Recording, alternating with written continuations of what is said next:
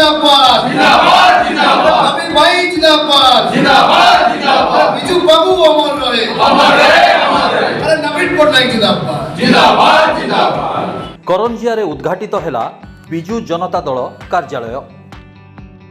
करंजिया स्थित गलई छकठारे विजु जनता दल कार्यालय उद्घाटित हो जाइछि।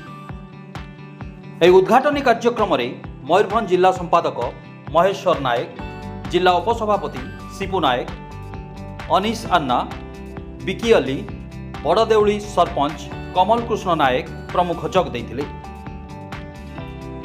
उक्त कार्यालय रे आगामी साधारण निर्वाचन रे लोकसभा प्रार्थी और विधानसभा प्रार्थीर रणकौशल, कार्यपद्धति, कार्यक्रम और विचार विमर्श एठारे त्वरान्वित हेबो बोली सूचना मिली।